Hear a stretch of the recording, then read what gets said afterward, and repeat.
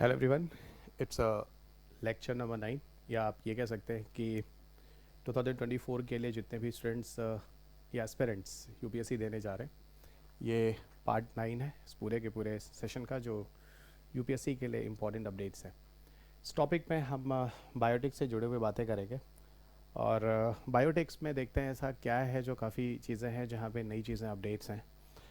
कोशिश करूँगा कि थोड़ा बहुत जहाँ जहाँ ज़रूरी होगा वहाँ थोड़े अपडेट्स को डिस्कस करूँगा। अपडेट्स मतलब अपडेट्स नहीं बोलना चाहिए, कहना चाहिए कि थोड़े उसके बेसिक कंसेप्ट्स को भी टच करूँगा, क्योंकि मैं बहुत जल्दीबाजी में नहीं हूँ, ठीक है। और चीज़ों को थोड़ी कोशिश करूँगा कि ठीक से बात करें। कहीं कुछ टॉपिक्स होंगे जो थोड़े कम टाइम लेंगे, कुछ ज़्यादा टाइम लेंगे, कुछ ऐसे हैं, कुछ ऐसे इन्फॉर्मेशंस हैं, कुछ फैक्ट्स हैं जो आपको समझाने पड़ेंगे। सो वहाँ पे थोड़ा हो सकता है मैं टाइम लूँ, पर कोशिश करूँगा कि ये बायोटेक आपको थोड़ा समझ में आने लगे, ठीक है। सो चलिए आगे बढ़ते हैं।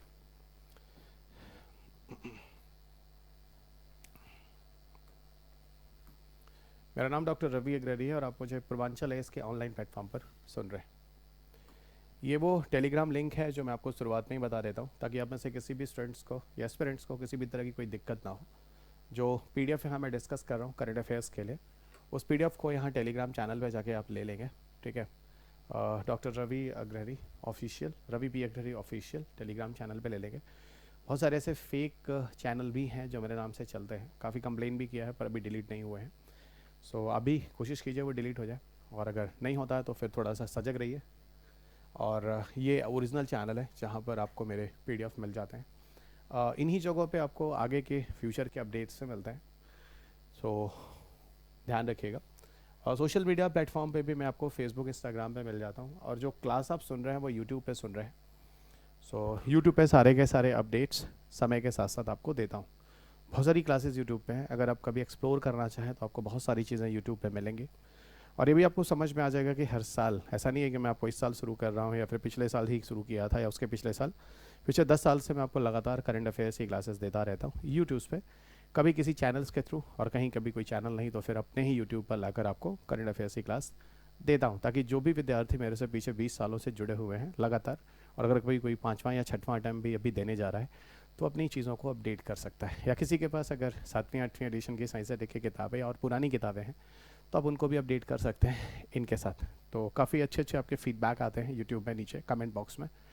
सो उम्मीद करता हूँ कि पूरी कोशिश करूँगा कि आपके लिए कुछ बेहतर कर सकूँ आगे आने वाली क्लासेस में।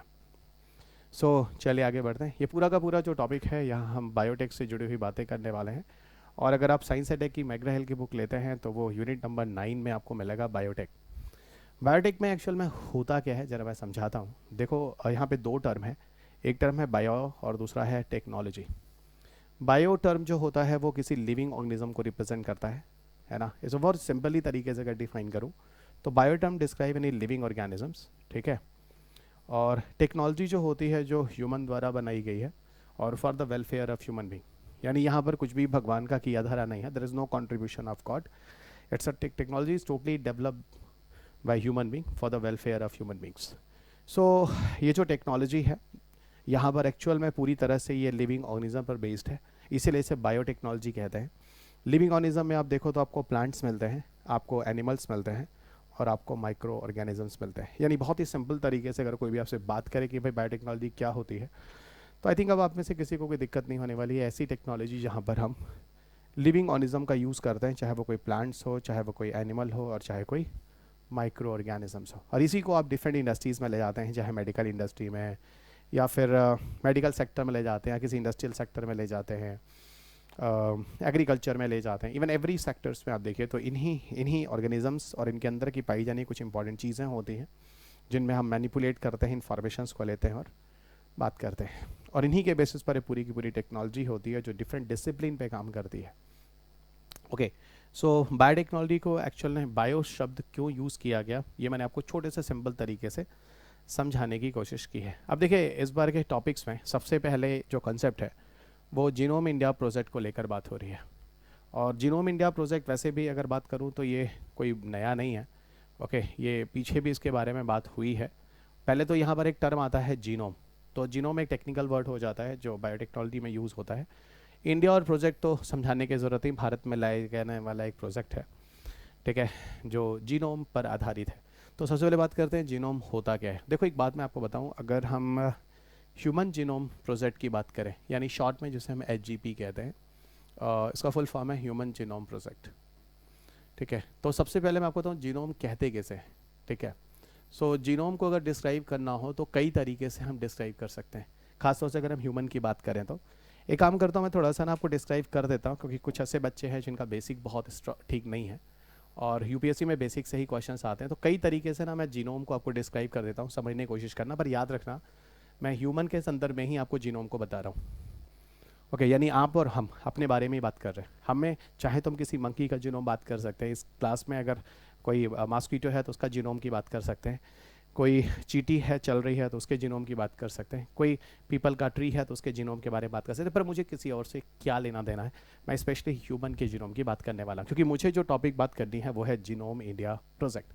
देखो जीनोम को कई तरीके से अगर बताएं तो इसे कह सकते हैं सम ऑफ ऑल द जीन्स, है ना, सम ऑफ ऑल द जीन्स, यानी सारे जीन्स की संख्या के योग को हम जीनोम कहते हैं। तो sum of all the genes, this is called as a genome, the one part. Second one, अगर आप अलग तरीके से बात करें तो आप कह सकते हैं कि अप्रॉक्स 23,000 जीन्स, अप्रॉक्स 23,000 जीन्स जो ढूंढे गए हैं लगभग, या 24,000 22,000, अलग अलग इन्फॉर्मेशन, अलग अलग फैक्चुअल डेटाज आते हैं लगभग। तो अगर आपसे पूछे कुल कितने जीन्स हैं जो ह्यूमन में ढूंढे गए हैं, तो लगभग 23,000 के आसपास, 22 के आसपास, 24,000 के आसपास। ठीक है, और ये जो पूरा का पूरा जीनोम साइज है वो 3 billion base pair length of DNA के अंदर आता है। 3 billion base pair length of DNA के अंदर आता है। अब देखिए, अगर आपको जीनोम समझना है तो आपको डीएनए का स्ट्रक्चर समझना होगा। ठीक है, आपको एक बात बताऊं, तो आप जैसे मान लो आपका, अगर मैंने एक सेल ले लिया, आप अपने शरीर का एक मुझे कोई भी सेल दे दो, ब्लड, बोन, मसल, किसी का भी दे दो, स्किन का दे दो, उस सेल के अंदर बहुत सारे सेल ऑर्गेनेल्स होते हैं, आपने पढ़ा होगा माइटोकॉन्ड्रिया, गोल्जी बॉडीज़। ठीक है, इस तरह बहुत सारे होते हैं, और उसमें एक न्यूक्लियस भी होता है। इस एक न्यूक्लियस के अंदर अगर आप बात करो तो लगभग 23 पेयर क्रोमोसोम्स पाए जाते हैं। 23 पेयर क्रोमोसोम्स पाए जाते हैं, ये बेसिक ही मैं पहले जा रहा हूँ। ठीक है, क्रोमोसोम्स पाए जाते हैं, और जो 23 पेयर क्रोमोसोम होते हैं, आपको मैंने वैसे भी बताया है कि इसमें 23 क्रोमोसोम आपके फादर का होता है और 23 क्रोमोसोम आपकी मदर का होता है। ठीक है, आप में से जितने भी स्टूडेंट मुझे सुन रहे हैं, आप सब जानते हैं कि आप सब में 23 क्रोमोसोम, आपकी हर सेल के न्यूक्लियस के अंदर जो क्रोमोसोम्स 23 पेयर क्रोमोसोम है, उसमें 23 आपके फादर का क्रोमोसोम है, 23 क्रोमोसोम आपके ममा का क्रोमोसोम है। ठीक है, और इसी क्रोमोसोम्स के अंदर पाया जाता है एक्चुअल में डीएनए। और आपको बताऊं तो 23 जोड़ी क्रोमोसोम के अंदर कुल मिला के 46 डीएनए होता है। ये इतना बड़ा मतलब क्वेश्चन कभी कभी मेरे लिए क्लास में बन जाता है कि एमटेक के स्टूडेंट्स भी होते हैं, तो उनसे भी अगर बात करता हूँ तो उनको पास भी ऐसी इन्फॉर्मेशन नहीं होती कि एक क्रोमोसोम में एक डीएनए होता है। तो आज से याद रखना, एक क्रोमोसोम में सिर्फ एक ही डीएनए होता है। तो कुल मिला के 46 क्रोमोसोम में 46 डीएनए हो गए। यानी मैं कह सकता हूँ कि आपको 23 डीएनए आपके फादर से मिलता है, 23 डीएनए आपकी मम्मा से मिलता है, और इसी 46 डीएनए के अंदर आपका पूरा का पूरा जीनोम होता है, यानी सम ऑफ ऑल द जीन होता है जो मैंने लिखा हुआ है। और इस 46 डीएनए के अगर मैं एक लेंथ लूँ, अगर बेस पेयर सीक्वेंसेस निकालूँ, अगर डीएनए का स्ट्रक्चर आप देखेंगे जो वाटसन ने क्रिक ने बनाया था, double helical model of DNA, उसमें डीएनए के स्ट्रक्चर्स में जो बेस पेयर सीक्वेंसेस होते हैं, जैसे आपको शायद पता होगा, ए के साथ टी जुड़ता है, जी के साथ सी जुड़ता है डीएनए में। ठीक है, ये जो एडेनिन, थाइमिन और ग्वानिन, साइटोसिन होते हैं, ये डीएनए के बेसिस होते हैं, इनका एक क्रम होता है। और कुल मिला के बताए, ये कुल 3 billion base pair length of DNA होता है जो आपके 46 डीएनए के अंदर पाया जाता है। आप ऐसे जितने भी दुनिया में ह्यूमन हैं, चाहे इंडिया हो, पाकिस्तान हो, नेपाल हो, चाइना हो, श्रीलंका हो, बांग्लादेश हो, अमेरिका हो, रशिया हो, ओके, जापान हो, okay, any kind of countries are there guys, हर कंट्री में अगर ह्यूमन है तो उसके अंदर कुल जीनोमिक साइज जो होगा वो कितना होगा, 3 billion base pair length of DNA होगा। इसी 3 billion base pair length of के अंदर कुल 23,000 जीन देखा गया, और यही 23,000 gene total sum of all the gene है। और यही 2003 में, आपको बताऊं, ह्यूमन जीनोम प्रोजेक्ट का जो काम शुरू हुआ था 1990 से शुरू हुआ था और 2003 में जाकर पूरा होता है, और यही पूरा मानव जीनोम कार्यक्रम जो होता है वो पूरा कर लिया जाता है। ओके, अब अगर मानव जीनोम कार्यक्रम पूरा हो जाता है, इसका सीधा मतलब है कि ह्यूमन के अंदर जितने भी जीन्स हैं, ठीक है, अब उनके सारे गुणों के बारे में हमें काफ़ी हद तक वैज्ञानिकों को समझ में आने लगा। ठीक है, और ये जो इन्फॉर्मेशन है इसे हम आगे चलकर HGP रीड के नाम से जानते हैं, HGP रीड के नाम से जानते हैं। जब मैं आपको स्टैटिक पढ़ाता हूँ, आपको दो कॉन्सेप्ट बताता हूँ, एक HGP रीड बताता हूँ और एक HGP राइट बताता हूँ। अगर आपने किताब पढ़ी है तो वहाँ पे भी आपको मिल जाएगा बायोटेक में। HGP राइट का कॉन्सेप्ट एक्चुअल में 2016 से आता है।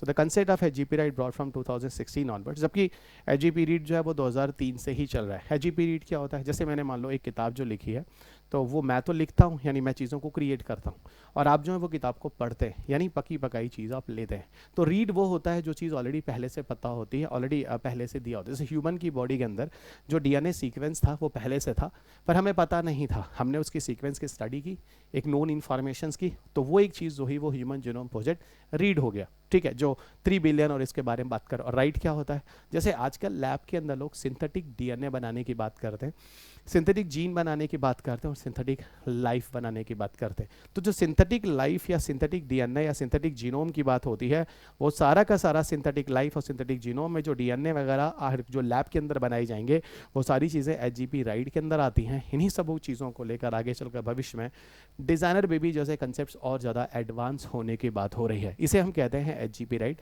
तो लैब के अंदर जो आर्टिफिशियल डीएनए बनाया जा रहा है, जिन चीज़ों की बात हो रही है, उससे हम एचजीपी राइट कहते हैं। तो चलिए, ये तो रही वो सारी बातें। जीन क्या होता है, जीन हेरिडिटरी कैरेक्टर्स होते हैं, यानी ऐसे कैरेक्टर जो पीढ़ी दर पीढ़ी यानी माँ बाप से बच्चों के अंदर चलते हैं। अब जैसे आपके माँ बाप ने आपको क्या दिया, क्रोमोसोम्स दिया, 23 पापा ने दिया, 23 मम्मा ने दिया, उस क्रोमोसोम के अंदर क्या मिला, डीएनए मिला, उस डीएनए के अंदर क्या मिला आपको, सारे जीन मिले, ठीक है। तो यही डीएनए है या क्रोमोसोम है जिसके अंदर होकर जो जीन होते हैं, उनके गुण जो होते हैं, पेरेंट्स टू नेक्स्ट जनरेशन जाते हैं। अब बताओ, अगर हमें सारे जीनोम के बारे में पता चल जाए, तो जीनोम की वजह से यानी सम ऑफ ऑल द जीन के बारे में पता चल जाए, तो मेरे ख्याल से मेरे किसी भी स्टूडेंट्स को ये समझने में दिक्कत नहीं होगी जो सच में साइंस एंड टेक्नोलॉजी को सीखना चाहता है, ठीक है।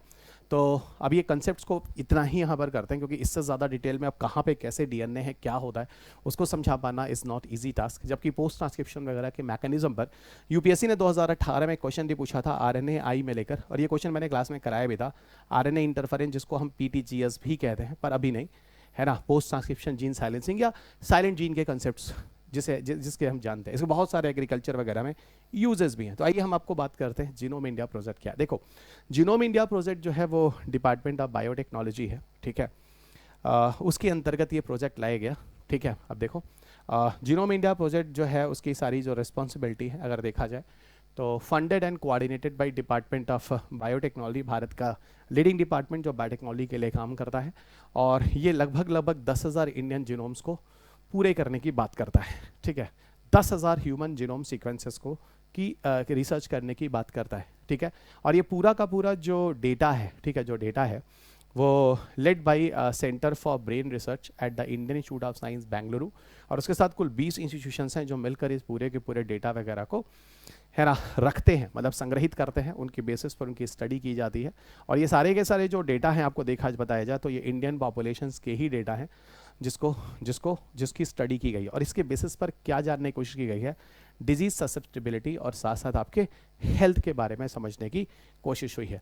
तो ये काफ़ी ज़रूरी था, यानी जेनेटिक लेवल पे ह्यूमन के अंदर कौन कौन से डिजीज़ हैं या किस तरह की प्रॉब्लम्स हैं, इन चीज़ों को समझने के लिए ये जो जीनोम इंडिया प्रोजेक्ट है ये लाया गया देश में, और काफ़ी ज़रूरी भी है ना, काफ़ी ज़रूरी। आपको बताऊँ तो बहुत सारे जैसे जीनोम इंडिया प्रोजेक्ट है, ह्यूमन जीनोम ग्रिड है ना, इंडिया में जीनोम ग्रिड लाया गया, ये सब कहीं ना कहीं जैसे एक्चुअल में ज़्यादातर आपको बताऊं तो इसकी ज़रूरत क्यों पड़ती है।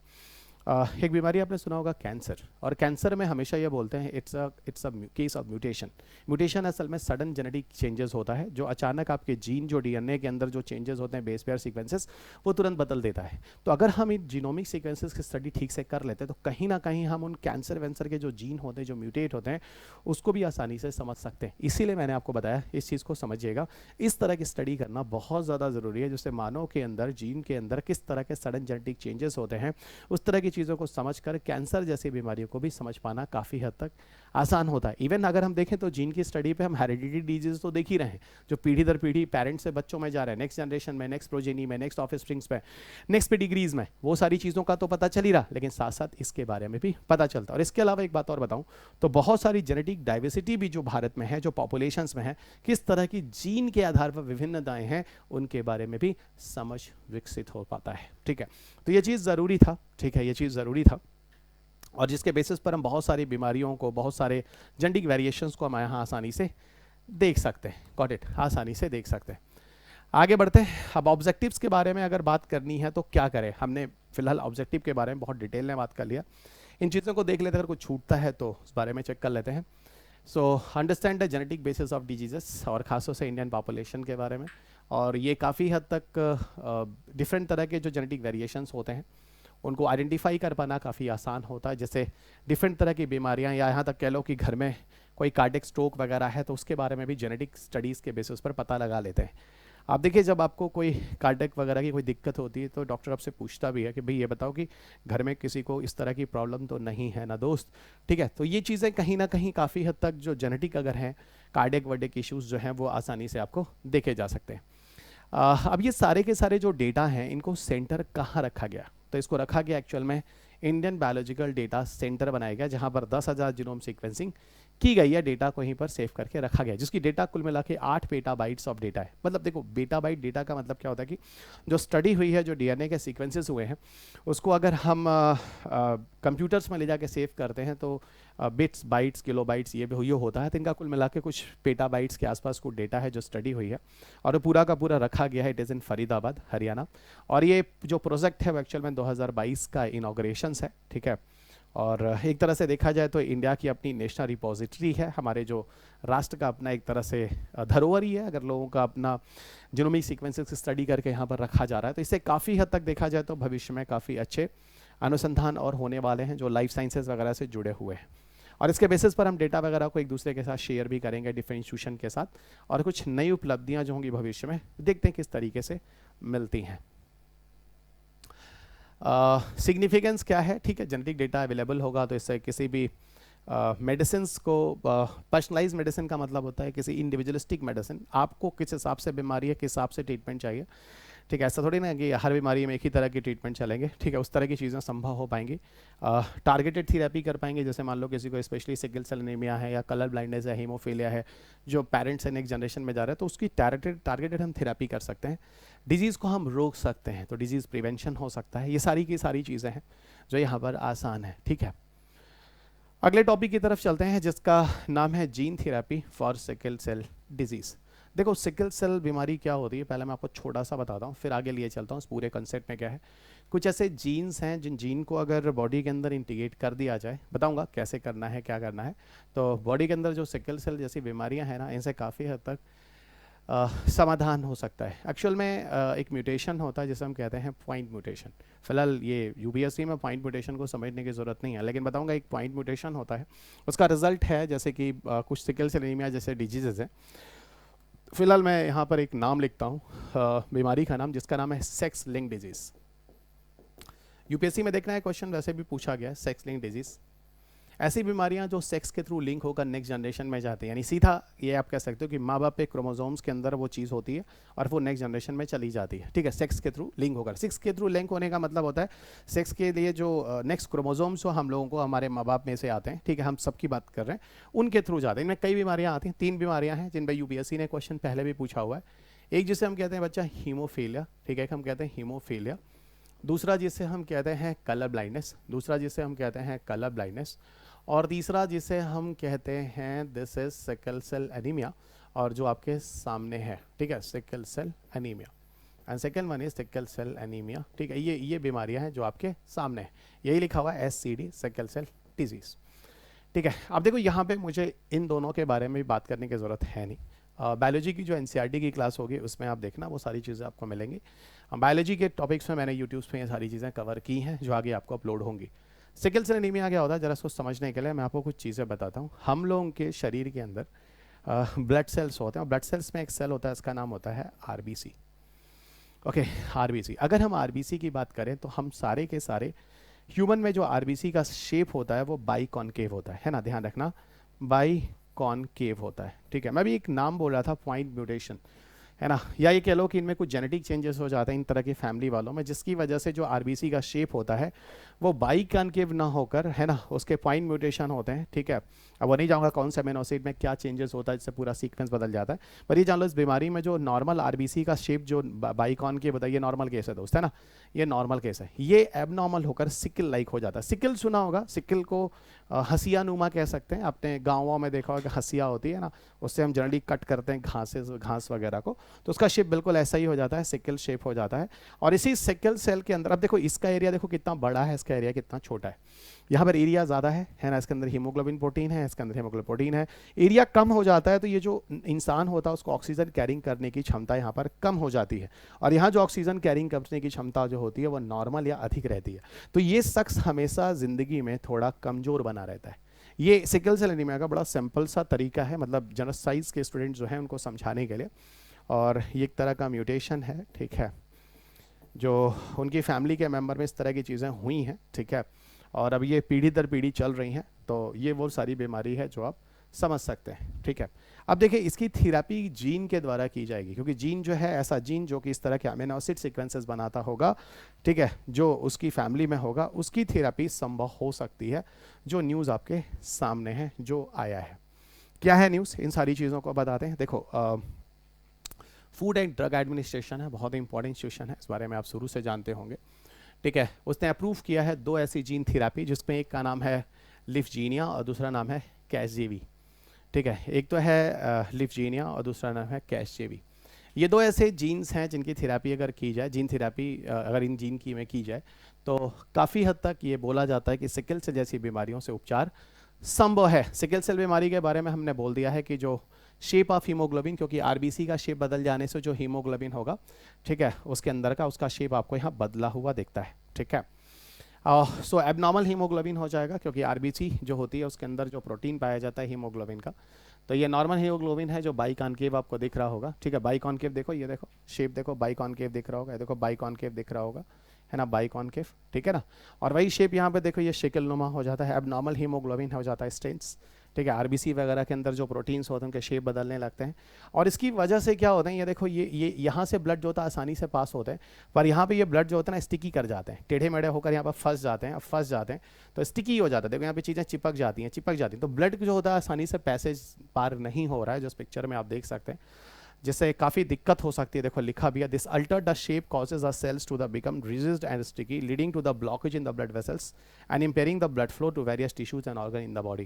तो अगर बताओ आपकी बॉडी के अंदर कहीं ब्रेन या कहीं जगह पे इस तरह की घटना अगर हो जाए, तो सोचिए आपके बचने के चांसेस कितने कम होंगे, क्योंकि ब्लड अगर नहीं जाएगा, हीमोग्लोबिन नहीं जाएगा, ऑक्सीजन की सप्लाई नहीं होगी, तो कितनी सारी दिक्कतें हो सकती हैं आपको। लाइजीनिया है क्या, जरा इस चीज़ को देखेगा जो मैं आपको समझाता हूँ, जो अपडेट्स आए हैं इनको लेकर। Food and drug administration US की एजेंसी है और लीडिंग बॉडी है। लाइजीनिया एक सेल बेस्ड जीन थेरेपी है, okay, it's a cell based gene therapy, और develop by Bluebird Bio limited करके कंपनी या प्लेटफॉर्म मानिए जिन्होंने, या लैब मान लीजिए जिन्होंने काम किया है। ये ट्रीटमेंट जनरली इनका कहना है कि 12 साल या उससे अधिक एज के लोगों में ही होता है, ठीक है। ट्रीटमेंट प्रोसेस ये होता है कि आपकी बॉडी से स्टेम सेल को निकाला जाए, ठीक है, आपकी बॉडी से स्टेम सेल को निकाला जाए, और स्टेम सेल को कहाँ से निकाला जाए, आपके बोन मैरो के अंदर होता है, उससे निकाला जाए, और उसके अंदर है ना, उसके अंदर जेनेटिकली मॉडिफाइड, है ना, जेनेटिकली मॉडिफाइड करके कुछ HB8087Q, है ना, टाइप की चीज़ें को प्रोड्यूस किया जाए। समझिएगा, ये जेनेटिक चेंजेस हुए हैं, यानी जेनेटिक मॉडिफिकेशंस हुए हैं, और उसके बाद हीमोग्लोबिन 87Q का फॉर्मेशन हुआ है। इससे क्या हो जाता है, जिसमें कोई बंदा अगर कोई हीमोग्लोबिन, अच्छा, एक बार ही ये चीज़ आपकी बॉडी में ट्रीटमेंट करने के बाद, जेनेटिकली मॉडिफाई करने के बाद आपके शरीर के अंदर डाल दी जाती है। यही मॉडिफाइड जो स्टेम सेल होता है ना, ये जो होता है पेशेंट के अंदर अगर आपने एक बार डाल दिया, सिर्फ एक बार ही डालना है, ऐसा नहीं कि इंटरवल के बाद डालना होगा, तो बंदे को क्योर किया जा सकता है, जिसका परमिशन जो है फूड एंड ड्रग एडमिनिस्ट्रेशन ने दिया है। तो थोड़ा सा इस नाम को याद रखना, है ना, ये स्टेम सेल थेरेपी ही हुई है, स्टेम सेल के साथ ही यहाँ पर जीन को मर्ज किया गया है, रिकॉम्बिनेंट वगैरह चीज़ें होती हैं, और ब्लूबर्ड बायो करके वो प्लेटफॉर्म है, कंपनी है, जिसने इस चीज़ों को सक्सेस बनाया, और FDA ने इसका अप्रूवल भी दे दिया है। अगला है कैसगेवी के बारे में। कैसगेवी भी यही होता है, पर कैसगेवी जो होता है ये एक्चुअल में ये क्रिस्पर टेक्नोलॉजी पे आधारित है। क्रिस्पर टेक्नोलॉजी जिसको Cas9 बेस्ड होता है, जो एक कट एंड पेस्ट मैकेनिज्म है और ऑटोमेटिक रिपेयरिंग प्रोसेस होता है। ये एक तरह का एंजाइमेटिक एक्टिविटीज़ होती है जो कुछ बैक्टीरियाज वगैरह के अंदर देखी गई। इन्हीं के माध्यम से हम शरीर के अंदर के डिफेक्टेड जीन को आइडेंटिफाई कर उसे फटाफट उसकी कट और पेस्ट करके सही सीक्वेंस वहाँ पर ऐड ऑन कर दिया जाता है, क्योंकि बॉडी में सेल्फ रिपेयरिंग प्रोसेस होता है। इसकी वजह से देखिए यहाँ पे कहा जाता है, कैसनाइन आपके पेपर में वैसे भी 2 बार आ चुका है, इसे जीन एडिटिंग प्रोसेस कहते हैं, जीन एडिटिंग थेरेपी कहते हैं, और बहुत तेज जीन एडिटिंग थेरेपी होती है। एक नॉर्मल जीन थेरेपी जिसको करने में कई साल लग जाते हैं, जीन एडिटिंग उसी को कुछ समय के अंदर ही कर देता है। जैसे किसी डिफेक्टेड जीन, जैसे म्यूटेशन वगैरह होकर कैंसर वगैरह की समस्या होती है, उस तरह की बीमारी को जल्दी ठीक करवाना इनकी वजह से संभव होता है। मैंने अभी बोला यहाँ पर सिर्फ एक बार ही आपको ट्रीटमेंट करना होता है कैसगेवी, और इसके बाद आप पूरी तरह से सही हो जाते हैं। करते वही हैं, स्टेम सेल को निकालते हैं, उसके साथ जो बोन मैरो होता है, आपके बोन मैरो, ये बोन मैरो वगैरह है, लॉन्ग बोन वगैरह के अंदर भी बोन मैरो है, वहाँ से स्टेम सेल को निकालिए। स्टेम सेल में फिर आप इस तरह के कैसगेवी वगैरह क्रिस्पर कैसनाइन थेरेपी कीजिए, और इसके बाद फिर ब्लड वगैरह को फिल्टर करने के बाद सही ब्लड को आपके शरीर के अंदर डाल दिया जाता है। क्रिस्पर कैसनाइन मैंने आपको स्टार्ट में बता दिया, एक जीन एडिटिंग टेक्नोलॉजी होती है जो कट एंड पेस्ट मैकेनिज्म पर आधारित होकर काम करती है। Cluster regularly interspaced, okay, short palindromic repeat. फिलहाल ये चीज़ें आपके पेपर में 2 बार क्रिस्पर पे क्वेश्चन वैसे भी यूपीएससी ने पूछा हुआ है, ठीक है। एक बार मेरे ख्याल से आपके पेपर में 2017 के आसपास क्वेश्चन मिलेगा, जो उन्होंने मैचिंग क्वेश्चन दिया था, इनमें से कौन कौन से सही हैं, 17 के आसपास एक बार आएगा। और एक आपके पेपर में 2020-21 के आसपास भी यूपीएससी ने क्रिस्पर पे क्वेश्चन दिया है, ठीक है। अब ये आगे आने वाली जनरेशन्स के लिए क्रिस्पर कैस9 है ना, क्रिस्पर एसोसिएटेड प्रोटीन नंबर 9 जो है एक तरह से एक एंजाइमेटिक एक्टिविटीज़ है, जो बॉडी के अंदर डिफेक्टेड जीन को आइडेंटिफाई कर उसे कट कर देती है, और बॉडी के अंदर सेल्फ हीलिंग प्रोसेस होता है, बॉडी इस डीएनए को फिर रिकवर कर देती है, ठीक है। तो वहीं पर हम कैसगेवी को यूज़ करते हैं, ठीक है। तो ये 2 जीन थोड़ा सा याद रखना, दैट इज़ वेरी इंपॉर्टेंट, ठीक है। जो टारगेट जीन होता है उसको एक्चुअल में हम कहते हैं BCL11A, ठीक है। BCL11A ही वो टारगेट जीन होता है जिसको हम सही करते हैं इस तरीके से, और जो फीटल टू एडल्ट हीमोग्लोबिन, ठीक है, उसको हीमोग्लोबिन वगैरह के जो फॉर्मेशन होता है उसको हम नेचुरल कर देते हैं, ठीक है। और इसका फ़ायदा यही होता है, Casgevy is the first license therapy in the world based on the gene editing technology CRISPR Cas nine which earn in the innovators Nobel prize in 2020, ठीक है। तो यहाँ तक कि आपने सुना भी होगा 2020 में क्रिस्पर कैसनाइन जैसी टेक्नोलॉजी को नोबेल प्राइज़ दिया गया। एक्चुअल में जो नोबेल प्राइज़ दिया गया था वो इसी बीमारी से निजात दिलाने के लिए दिया गया था, ठीक है ना, जीन एडिटिंग टेक्नोलॉजी के बेस पर ही, जो कि आपके सामने है, सिकल सेल एनीमिया। तो 2020 में वैसे भी क्रिस्पर कैसनाइन करंट अफेयर्स के न्यूज़ में रहा था। इसके पहले क्वेश्चन 2017 में भी पूछा जा चुका था, 2020-21 से भी पूछा जा चुका है, और आगे आने वाले समय में भी this is a very important question. याद रखिएगा, मैं यहाँ पे क्रिस्पर कैसनाइन नहीं बता रहा, मैं यहाँ पर क्रिस्पर कैसनाइन के बेस पर होने वाला एक ट्रीटमेंट बता रहा हूँ, ठीक है, जो आप यहाँ पर देख रहे हैं। आगे लिए चलते हैं, ICMR ने एक नया टेस्ट की परमिशन दी है, और जिसको हम कहते हैं Truenat test, Truenat test. क्या है ये ट्रू नेट टेस्ट, इस बारे में बात करेंगे। बहुत ही अच्छा फास्टेस्ट टेस्ट है ये, और ये टेस्ट जो होता है इसमें एक पोर्टेबल है, मतलब आसानी से आप ले जा सकते हैं। कुछ कीवर्ड्स हैं जो इसके लिए यूज़ किए जा रहे हैं। पोर्टेबल का मतलब इस टेस्ट का परीक्षण आसानी से आप कहीं ले जाके भी कर सकते हैं। चिप बेस्ड होता है, कुछ चिप वगैरह इंटीग्रेट किया जाता है, और बैटरी ऑपरेटेड मशीन्स होती है जिसकी मदद से यूज़ करते हैं। गोवा बेस्ड एक कंपनी है जिसका नाम है मॉलवियो डायग्नोस्टिक प्राइवेट लिमिटेड, उसी ने इस चीज़ को डेवलप किया है, और ICMR ने इसका परमिशन भी दिया है, ठीक है। जो originally diagnosed rapid tuberculosis detections है, ओके, रैपिड ट्यूबरकुलोसिस डिटेक्शंस है, sorry, originally design for rapid tuberculosis detection है, यानी ट्यूबरकुलोसिस जैसी बीमारी से निजात दिलाने के लिए इसका यूज़ किया गया। जबकि पॉलीमरेज चेन रिएक्शन वगैरह काफ़ी कॉस्ट इफेक्टिव होता है और काफ़ी टाइम टेकिंग होता है, तो ये काफ़ी हद तक ट्यूबरकुलोसिस के लिए एक अच्छी चीज़ होगी, लोगों के लिए अच्छे अर्ली स्टेजेस में डायग्नोस हो जाएगा, और यहाँ तक कि आपकी सीवियरिटी लेवल भी चेक करेगा। ICMR ने अप्रूव किया है इस बीमारी के लिए, और इसके अलावा अगर देखा जाए तो ये कोविड-19 और हेपेटाइटिस जैसी बीमारियों के लिए भी इस तरह की जो थेरेपी हैं, इस तरह की जो टेस्ट है, सॉरी थेरेपी नहीं बोलना चाहिए, टेस्ट जो है वो कारगर सिद्ध होगा। स्टूडेंट को लेकर बोला गया निफा वगैरह के केस में भी, निफा बीमारी के बारे में हम लोग बात करेंगे जब हम हेल्थ एंड डिजीज़ में जाएंगे, और निफा वैसे भी हर साल ही करंट अफेयर्स में न्यूज़ में रहता ही है, ठीक है। और यहाँ पर बायोसेफ्टी लेवल भी पता चल जाता है। जैसे आपको बताऊँ बायोसेफ्टी लेवल होता क्या है, तो जैसे निफा को अगर डायग्नोस किया जाए हॉस्पिटल्स में, बायोसेफ्टी 2 लेवल लैब है ना, ये क्या मतलब होता है आपको बताऊँ। बायोसेफ्टी लेवल ये डिटरमाइन करता है कि जो नेसेसरी प्रोटेक्टिव मेजर्स लेने हैं वो किस तरह के प्रोटेक्टिव मेजरमेंट लेने हैं किसी बीमारी से बचने के लिए, उसी को हम कहते हैं बायोसेफ्टी लेवल। ठीक है, तो बायोसेफ्टी लेवल यहाँ मैंने थोड़ा सा डिस्क्राइब कर दिया, किसी लेबोरेटरी में जो टेस्टिंग की जाती है उसके हिसाब से बताने की कोशिश कर दी है कि किस लेवल पे जो इन्फेक्शन है और किस लेवल पे ट्रीटमेंट लेने की ज़रूरत है। रेंज जो होता है वो BSL-1 से लेकर BSL-4 तक होता है, और 4 जो होता है वो ये बताता है, अगर बायोसेफ्टी लेवल 4 आता है तो ये बताता है कि यहाँ पर मैक्सिमम कंटामिनेशंस है। यानी कहने का मतलब है इन सब टेस्ट में हम कंटामिनेशन के लेवल की भी स्टडी करते हैं, जिसको हम बायोसेफ्टी लेवल कहते हैं। तो ये थोड़ा टर्म याद रखना, ये टर्म थोड़े इंटरेस्टिंग टर्म्स हैं और यहाँ पे थोड़े कंसेप्ट्स भी हैं, और मैंने हमेशा देखा है यूपीएससी अमूमन कंसेप्ट पर ही बेस्ड होकर क्वेश्चंस बनाता है। आईसीएमआर की बात करें तो थोड़ा सा मैंने आईसीएमआर का बैकग्राउंड दे दिया, बड़ा ही इंपॉर्टेंट है, और ये आज़ादी के पहले की चीज़ है, 1947 के पहले की। ये एपेक्स बॉडी है भारत में, बायोमेडिकल रिसर्च के लिए जाना जाता है भारत में।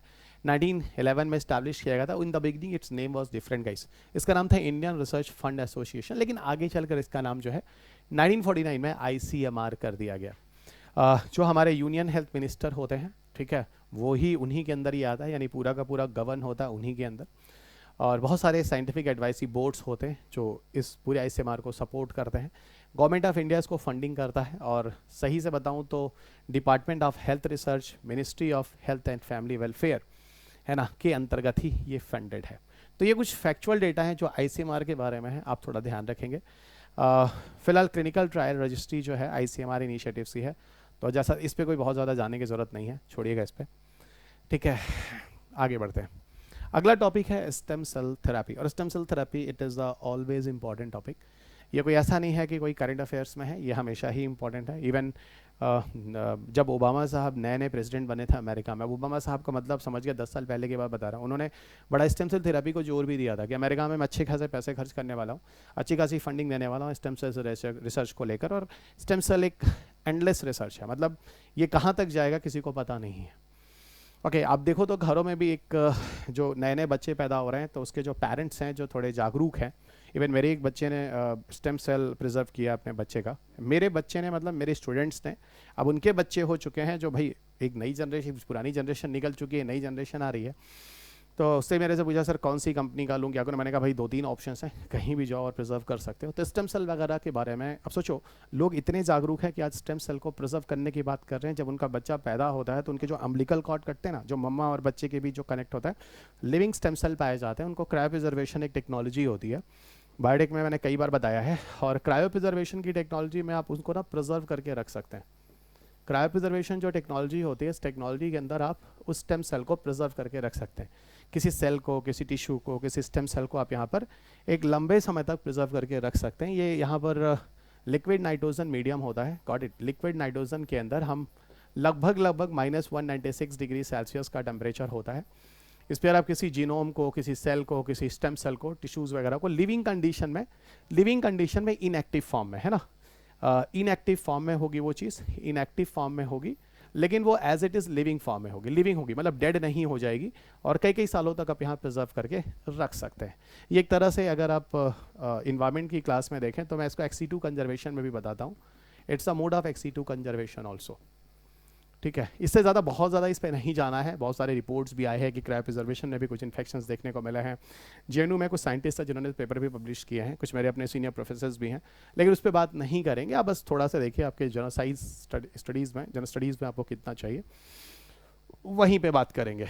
अब चलते हैं स्टेम सेल थेरेपी को लेकर। तो अब आप में से काफ़ी लोग सोच रहे होंगे तो सर ठीक है, फिर हम भी भविष्य में IAS IPS IRS बनने वाले हैं, पैसे की कमी तो होने वाली है नहीं, हम भी प्रिजर्व कर लेंगे, कर लेना, मैंने कौन सा मना किया।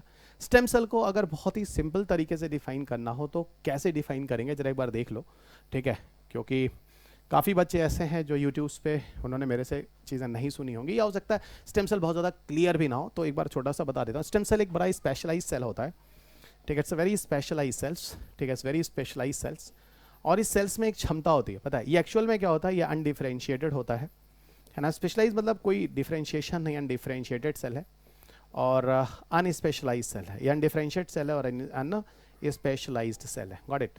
That is an undifferentiated and unspecialised cell, stem cell. और इसमें ये टेंडेंसी होती है या कैपेसिटी होती है, आप कुछ भी कह लो, इसमें एक टेंडेंसी होती है या कैपेसिटी होती है, इनकी क्षमता होती है, गॉट इट, क्षमता होती है डिफरेंशिएट और स्पेशलाइज्ड होने की, है ना। इसमें क्षमता होती है डिफरेंशिएट और स्पेशलाइज्ड होने की, और स्पेशलाइज्ड होने की। ये क्षमता अगर आप देखो तो हर सेल में नहीं पाई जाती है। ओके, इसीलिए स्टेम सेल थेरापी को हम कई जगह यूज़ करते हैं, जैसे टिश्यू रिकवरी के लिए यूज़ करते हैं। आपको बहुत सारे प्यारे प्यारे एग्जाम्पल बताऊंगा। इवन स्टेम सेल वगैरह को जब मैं आपको थेरापेटिक क्लोनिंग पढ़ाता हूँ, थेरापेटिक क्लोनिंग जिसको आप एक्चुअल में ऑर्गन क्लोनिंग भी कहते हैं, गॉट इट, ऑर्गन क्लोनिंग भी कहते हैं, तो वहाँ पर भी स्टेम सेल का ही यूज़ किया जाता है। जैसे आपकी किडनी है वैसे ही आपकी एक नई और किडनी बना दी जाती है, और वो आपकी ही बॉडी की आपकी ही किडनी बनाई जाती है। इससे फ़ायदा ये हो जाता है, देखो स्टेम सेल से आपकी बॉडी की किडनी भी बनाई जा रही है ना। मैं एक एग्जाम्पल दे रहा हूँ। इससे फ़ायदा क्या होता है? इससे फ़ायदा ये होता है, जैसे मान लो कि किसी बंदे की किडनी ख़राब हो जाती है, तो आप किसी दूसरे की किडनी लेते हैं, तो किसी दूसरे की किडनी लेते हैं तो पता है क्या होता है? वो किडनी आपकी बॉडी में रिजेक्ट करता है, 100% रिजेक्ट करता है, क्योंकि आपका जीन कुछ और है, आपके उस दूसरे बंदे का उसके माँ बाप कुछ और है, उसके जीन कुछ और है, आपके माँ बाप कुछ और है, आपके जीन कुछ और है, तो वो रिजेक्ट करता है। इसलिए अमूमन डॉक्टर क्या कहता है? डॉक्टर कहता है भैया कोई फैमिली मेम्बर है क्या जो किडनी देना चाहता है? आपने देखा होगा लालू प्रसाद यादव का नाम सुना होगा, बड़े पॉपुलर नेता हैं, ठीक है, और उनकी बिटिया ने उनको किडनी दी है, ठीक है। देखो अपने बच्चों, अपने पेरेंट्स और माँ बाप जो बच्चे होते हैं ना, ये इनके जीन भी एक ही तरह के होते हैं काफ़ी हद तक, तो वहाँ एक्सेप्टेंस ज़्यादा होता है। लेकिन यार अगर किसी बच्चा भी देता है या कोई पेरेंट्स भी देता है, तो अपनी फैमिली के लोगों की किडनी कम हो रही है ना। अगर मान लो एक ऐसा ऑप्शन दे दूँ, ठीक है, और वो किडनी जो आप लेते हैं दूसरा वो रिजेक्ट भी करता है, इसीलिए डॉक्टर को आपको ना कुछ इम्यूनो सप्रेशन मेडिसिन देखने पड़ते हैं, है ना। क्या देना पड़ता है? इम्यूनो सप्रेशन मेडिसिन देने होते हैं, इम्यूनो सप्रेशन मेडिसिन देने, नहीं तो ये किडनी विडनी जो आप किसी दूसरे की ले रहे हो ना, बच्चा वो रिजेक्ट कर जाता है, और रिजेक्ट कर जाता है तो लेने का देना पड़ जाता है ना। अब बचते नहीं है, आप दुनिया से चले ही जाते हैं, इस तरह के खतरे होते हैं, तो ये थोड़ा सा ध्यान रखना। तो इसको कहते हैं इम्यूनो सप्रेशन मेडिसिन, जो मुझे आपको बताना था, ठीक है। तो मेरे ख्याल से ये चीज़ आपको थोड़ी थोड़ी समझ में आ चुकी है। स्टेम सेल थेरेपी इन सब जगहों पे वरदान है। जैसे मैं आपको बताऊं तो 2010 में शायद मुझे याद आ रहा है, जयपुर में एक बड़ी अच्छी कोचिंग थी, उनके यहाँ मैं पढ़ाता था, राउस था शायद, वह ना जयपुर, एक ज़माना था, ठीक है। फिलहाल मैं किसी कोचिंग का नाम नहीं ले देना चाहता, तब तो शायद बंद हो गया क्या है जयपुर में। अभी मैं जाता रहता हूँ दूसरे इंस्टीट्यूशंस के लिए। सो वहाँ पे एक बच्ची थी, है ना, अभी भी याद है, शायद एपेक्स मॉल था, बहुत ऊपर वाली 6वीं 7वीं फ्लोर थी, तो क्लास चलता था, ठीक है। 2010 के आसपास, है ना, वहाँ मैंने क्लास ली। अब सोचो आज कितने साल हो गए, 15 साल से ज़्यादा होने जा रहे हैं, ठीक है। सो उस बच्ची ने मुझे कॉल किया, क्लास से लौटकर जब मैं आया उसने मुझे कॉल किया कि सर मुझे ना मेरी एक आई साइड जो है वो चली गई है। असल में था कि मैं आपको बताता हूँ, उस बच्ची की आँख तो ठीक थी, लेकिन आँख के पीछे का जो टिश्यू था वो डैमेज हो चुका था, टिश्यू के पास जो न्यूरॉन था वो ठीक था। तो डॉक्टर ने बोला अगर आप स्टेम सेल थेरेपी करते हो तो स्टेम सेल थेरेपी क्या करेगा, आपकी जो मसल्स की जो टिश्यूज़ जो डैमेज हुए हैं ना, उसकी रिकवरी कर देगा। तो उसने उसमें से पूछा भी था कि सर 2010 में कि सर कहाँ जाएं, क्या करें, आप तो साइंटिस्ट वाइंटिस्ट रहे हो, बताओ थोड़ा सा। मैंने कहा भाई बच्चा एक बार ना ISC बेंगलोर चले जाओ, ठीक है। उस बच्ची का दोबारा मेरे पास कभी फ़ोन आया नहीं, कुछ आया नहीं, क्या था आई डोंट नो। अब हो सकता है वो बच्ची पता नहीं मेरी क्लास सुन रही हो नहीं सुन रही हो, पर ये बहुत पुरानी बात है, मतलब 1 डिकेड से ज़्यादा हो चुके हैं, ठीक है। तो इस तरह की थेरापीज़ वगैरह देखो कितनी खूबसूरत है कि मतलब स्टेम सेल थेरापी से हो सकता है। मान लो कोई बच्ची है ना, जैसे एसिड सर्वाइवल वगैरह होती हैं, बच्चियाँ होती हैं प्यारी प्यारी सी, है ना, किसी ने एसिड वो कर दिया या वो हो गया, उनकी थोड़ी शक्लें वक्लें ख़राब हो जाती हैं, तो थोड़ा बहुत जैसे कटवट नहीं लगता, तो हम लोग की बहनें वनों किसी को लग जाता है तो हम लोग की मम्मा बड़ी परेशान होती है, देखो भाई, है ना, शादी कैसे होगी अब ये वो, तो थोड़ा सा थाई वाई की स्किन लगा देते हो, ठीक है। तो थाई वाई तो छुपने वाला होता है, पता नहीं चलता। लेकिन बच्चा अभी वही ज़्यादा बॉडी पार्ट जल जाए, तो मान लो सिलेंडर विलेंडर ही कुछ हो जाए, इस तरह की कोई चीज़, तो ऐसे केस में होना कुछ नहीं है। इसमें करना क्या है कि आप चुपचाप वो निकालो, क्या नाम है, स्टेम सेल से आप स्किन बना लो, और आपकी स्टेम सेल से आपकी स्किन बनेगी, आपकी स्किन सेल आपकी बॉडी में लगेगी, 100% एक्सेप्टेंस होगा, क्योंकि स्किन तो आप किसी दूसरे का ले नहीं सकते। तो ये भी एक रिकवरी होगी। मान लो कि जैसे कि एम्ब्रियोनिक कंडीशन में कोई बच्चा है, वो पैदा हो रहा है, और सॉरी एम्ब्रियोनिक कंडीशन में जो हार्ट है उसमें एक पोर होता है, ठीक है, राइट ऑरिकल राइट वेंट्रिकल के बीच में, ठीक है। बायोलॉजी वाली क्लास अब मेरा यूट्यूब पे बार देखना जरूर, ठीक है, जो मैं आगे भी अपलोड करने वाला हूँ, जरूर देखना दोस्त। बायोलॉजी में कुछ दिक्कत ही नहीं होगी, ठीक है। जैसे ये हार्ट है ना, ये राइट ऑरिकल है, ये राइट वेंट्रिकल है ना, ये लेफ्ट ऑरिकल है, सॉरी क्या हो रहा है ये ना, ये लेफ्ट ऑरिकल है, सॉरी, है ना, एक मिनट, राइट ऑरिकल है, ये राइट वेंट्रिकल है, लेफ्ट ऑरिकल है, लेफ्ट वेंट्रिकल है।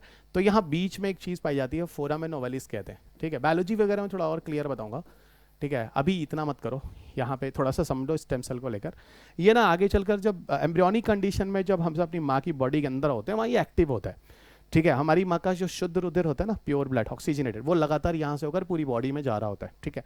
लेकिन यही जब बच्चा पैदा होता है ना, तो पूरी तरह से भर जाता है, फिर उसी को स्पॉट को फोसा वेलिस कहते हैं। कोई अगर डॉक्टर वॉक्टर मेरी क्लास सुन रहा होगा तो उसे ज़्यादा क्लियर होगा, या जोलॉजी वोलॉजी टाइप के जो ऑप्शंस होंगे है ना, वो समझ रहे होंगे मैं क्या कह रहा हूँ। इस तरह की कोई टिश्यू विश्यू अगर रिकवरी नहीं होती है बाई बार, तो उसकी भी रिकवरी की जाती है किससे? स्टेम सेल से। क्योंकि स्टेम सेल है क्या? एक ऐसा सेल जो कि कितना इनोसेंट है ना, कितना इनोसेंट है, और उसमें ऐसी क्षमता है कि पूरा डिफरेंशिएट और स्पेशलाइज हो सकता है। तो ये रही स्टेम सेल की एक कहानी, एक छोटी सी झांकी, और इतना ही संभव है, उससे ज़्यादा संभव नहीं है, ठीक है।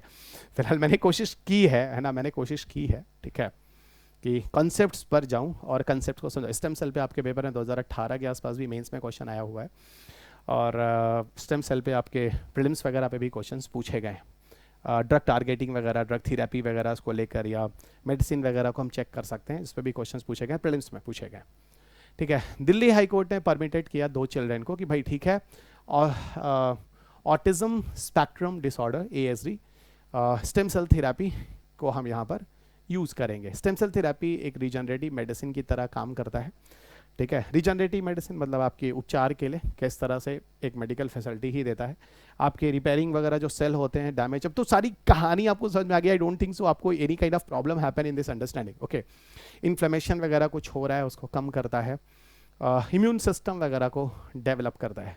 स्टेम सेल को कैसे समझना, मुझे लगता है अब आपको समझाने की ज़रूरत है, आप अच्छी तरह जानते हैं। स्पेशलाइज फंक्शन करने की क्षमता होती है, पोटेंशियल होता है डिवाइड करने का, डिफरेंशिएट होने का, डिफरेंट तरह के सेल टाइप्स बनाना, blood cell, brain cell, bone cell, muscle cells. समय के साथ साथ जो न्यूरॉन्स वगैरह कम हो रहे होते हैं बॉडी में, तो उनको भी रिजुविनेट कर सकता है।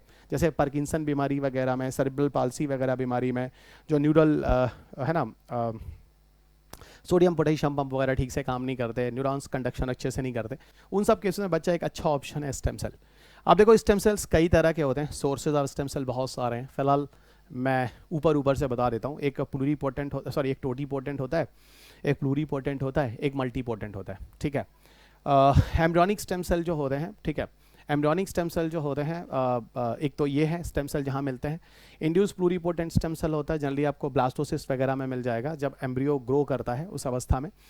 Derive from the early stage of embryo, जैसे एम्ब्रियो जब शुरुआत में हम लोग ग्रो कर रहे होते हैं उस ड्यूरेशन ऑफ टाइम में जो जाइगोट और उसके बाद के जो 1-2 सेल होते हैं जो पूरी बॉडी को बनाने की क्षमता रखते हैं, वो भी एक तरह के नेचर का स्टेम सेल ही होते हैं, और वो जो होते हैं वो एम्ब्रियोनिक स्टेम सेल ही बोले जाएंगे, जिसमें पूरी की पूरी एक तरह से बॉडी ही बन सकती है। और खासों से देखा जाए इस तरह के नेचर ऑफ सेल्स को हम टोटीपोटेंट नेचर बोलते हैं। इसलिए अगर कोई बोले कि स्टेम सेल टोटीपोटेंट नेचर का होता है तो आप बोलोगे हाँ होता है। वो भी एक स्पेसिफिक स्टेम सेल जो बॉडी में एम्ब्रियोनिक स्टेज में शुरुआत में पहली शुरुआत के 1-2 दिन के अंदर जो सेल्स होते हैं, 1 या 2 सेल या 2 से 4 सेल जो होते हैं, जाइगोट जब बनकर जब डिवाइड हो रहा था, हम सब जब विकसित हो रहे थे माँ की बॉडी के अंदर, वहाँ पे each and every cell have a tendency to be as a complete organism. तो एक सिंगल सेल के पास एबिलिटी होती है कंप्लीट ऑर्गेनिज्म, एक पूरा जीव बनाने की, और वही कंप्लीट ऑर्गेनिजम्स के कंसेप्ट को ही हम लोग totipotent nature of stem cell कहते हैं।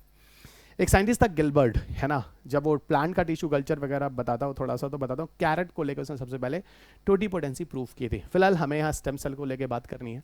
दूसरा इंड्यूस प्लूरीपोटेंट स्टेम सेल ऐसा होता है, इसमें ये भी एम्ब्रियोनिक स्टेज में होता है लेकिन थोड़े स्टेप के बाद होता है, जब ब्लास्टोसिस्ट वगैरह तक एम्ब्रियो पहुंच जाता है 5-6 दिन तक और ग्रो करके, तो वो होता है इंड्यूस प्लूरीपोटेंट नेचर। और यहाँ पर देखा जाए तो बहुत सारे ऑर्गन्स वगैरह यहाँ पर आप बना सकते हैं। जनरली इसको बोलूँ तो प्लूरीपोटेंट है ना, इसको हम प्लूरीपोटेंट नेचर बोल सकते हैं। प्लूरीपोटेंट नेचर स्टेम सेल वो होता है जो कि एक स्टेम सेल के पास एबिलिटी होती है मेनी ऑर्गन्स बनाने की, है ना, मेनी ऑर्गन्स बनाने की। ये शुरुआत के जब जाइगोट से भ्रूण बन रहा होता है माँ की बॉडी के अंदर 9 मंथ 6-7 डेज के अंदर, तो जस्ट 1-2 दिन के अंदर के जो शुरुआत के स्टेम सेल्स होते हैं वो इस प्रवृत्ति के होते हैं। और जब 5-7 दिन एम्ब्रियो ग्रो कर चुका होता है वो एक 128 से 256 सेल के स्टेज में आ जाता है, उसको कहते हैं ब्लास्टोसिस। उसके अंदर जो स्टेम सेल्स होते हैं वो प्लूरीपोटेंट नेचर के होते हैं, जो यहाँ लिखा हुआ है। और ये बहुत सारे ऑर्गन्स बनाते हैं, और ये ऑर्गन अगर बनाते हैं, इस तरह के ऑर्गन को अगर बनाकर आप शरीर के अंदर लोगे तो definitely you guys know very well, है ना, आपको समझा चुका हूँ, ये ऑर्गन रिजेक्शन वगैरह केस नहीं होगा, क्योंकि अगर आपके स्टेम सेल से आपके ऑर्गन्स बनाए जा रहे हैं तो। Got it. और आगे सुनो, एडल्ट स्टेम सेल आपके किसी स्पेसिफिक बोन मैरो वगैरह के सेल से ले लिया जाए। कहाँ गया ये, देखो बोन मैरो वगैरह सेल से ले लिया जाए, इसको भी हम टिश्यू वगैरह के मेंटेनेंस और रिपेयर में यूज़ कर सकते हैं, और ये ज़्यादातर मल्टी पोटेंट नेचर के होते हैं, पर उनकी क्षमता उतनी अच्छी नहीं होती, but still they have ability for the development of specific tissue and organs, but not many of them. ये पूरा ऑर्गेनिज्म बनाता है, ये बहुत सारे ऑर्गन बनाता है, और ये कुछ ऑर्गन बनाता है। इसको हम एक्चुअल में बोलें, इन दोनों को अगर हम प्लूरीपोटेंट और टोटीपोटेंट की बात करें, ठीक है, टोटीपोटेंट तो ये एम्ब्रियोनिक स्टेम सेल बोल लो, और इस लास्ट वाले को आप एडल्ट स्टेम सेल बोल सकते हो। थोड़ा सा देखो स्टेम सेल को थोड़ा और क्लियर मैंने समझाने की कोशिश की है, थोड़ा स्टैटिक में लेकर समझाया है। अब इसके छोटे से एप्लीकेशन एक बार देख लो, ऊपर से रीजनरेटिव मेडिसिन है, ठीक है, डैमेज टिश्यूज वगैरह और ऑर्गन वगैरह बना सकते हैं, यहाँ तक कि हार्ट मसल्स, कार्टिलेज और नर्व सेल्स वगैरह को भी डेवलप कर सकते हैं। बहुत सारी क्रॉनिक बीमारियां हैं जैसे स्पाइनल कार्ड्स की इंजरीज है, या डायबिटीज़ मेलाइटस टाइप 1 जिसको इंसुलिन डिपेंडेंट डायबिटीज़ कहते हैं, है ना, जहां पेंक्रियास सेल जो होता है वो इंसुलिन का फॉर्मेशन कम कर देता है, बंद कर देता है, ठीक है, तो वहां हम उन सेल्स की रिकवरी कर सकते हैं। पार्किंसन बीमारी है, अल्जाइमर है, जो न्यूरल डिसऑर्डर, इस तरह की समस्याएं जो होती हैं एक लेट एज के बाद, उनकी रिकवरी हो सकती है। इम्यून डिसऑर्डर जो होता है उसको बताया, जैसे कैंसर वैंसर के केस में, ल्यूकेमिया वगैरह के कैंसर के, है ना, WBC के नंबर जो बढ़ रहे होते हैं, बोन मैरो जब नॉर्मल हो जाता है, वहाँ भी स्टेम सेल थेरेपी वगैरह की जाती है। ऑर्थोपेडेमिक्स में जैसे आपकी हड्डियों वड्डियों में बहुत सारी बीमारियां हैं, कोई इंजरीज हो जाती है या ऑस्टियोआर्थराइटिस हो जाता है, उस केसेस में थेरेपी संभव है। कॉस्मेटिक प्रोसेसेस है, मैंने आपको बोला स्किन वगैरह को ठीक करने में, है ना, फेशियल रिजुविनेशन किया जा सकता है, आपके फेस वगैरह को फिर से सही किया जा सकता है, रिजुविनेशन। तो I think these are the enough guys for the understanding of stem cell, और बहुत सारे ड्रग्स वगैरह को हम उसकी टेस्टिंग भी कर सकते हैं स्टेम सेल की मदद से।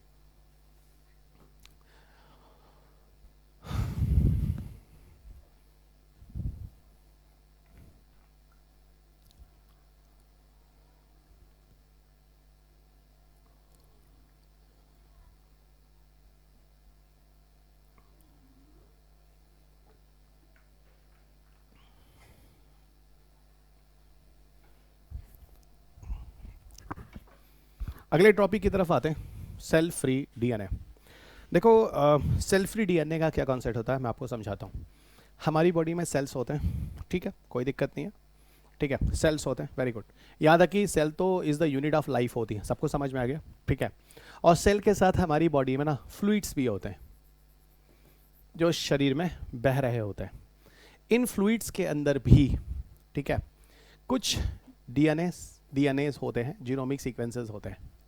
इन्हीं फ्लूइड्स के अंदर के डीएनए सीक्वेंसेस को हम सेल फ्री डीएनए कहते हैं। आपके सेल की बात नहीं हो रही है, आपका मेन सेल तो आपके शरीर के अंदर, उसके अलावा शरीर में बहुत सारे फ्लूइड्स होते हैं, तरल पदार्थ जो बह रहे होते हैं, आर्टरी वेन्स कहीं भी, उनके अंदर जो फ्लूइड्स होता है उनके अंदर भी कुछ डीएनए वगैरह पाए जाते हैं। इन्हीं डीएनए को हम सेल फ्री डीएनए कहते हैं, यानी विदाउट सेल जो डीएनए होता है। अब आप पूछोगे सर ये डीएनए आता कैसा है? अरे भाई यही जब सेल मर जाता है तो मर जाता है, उसका डीएनए कहाँ चला जाता है? सेल से बाहर निकल जाता है। तो यानी सेल जब मर गया तो डीएनए भी, तो डीएनए उसका क्या हो, डीएनए खाली पड़ा रहा, डीएनए जो तरल पदार्थ है उस फ्लूइड के अंदर बह रहा है, जा रहा है, उसी को हम सेल फ्री डीएनए कहते हैं। तो सबसे पहले तो आपको सेल फ्री डीएनए समझना था एक्चुअल में होता क्या है।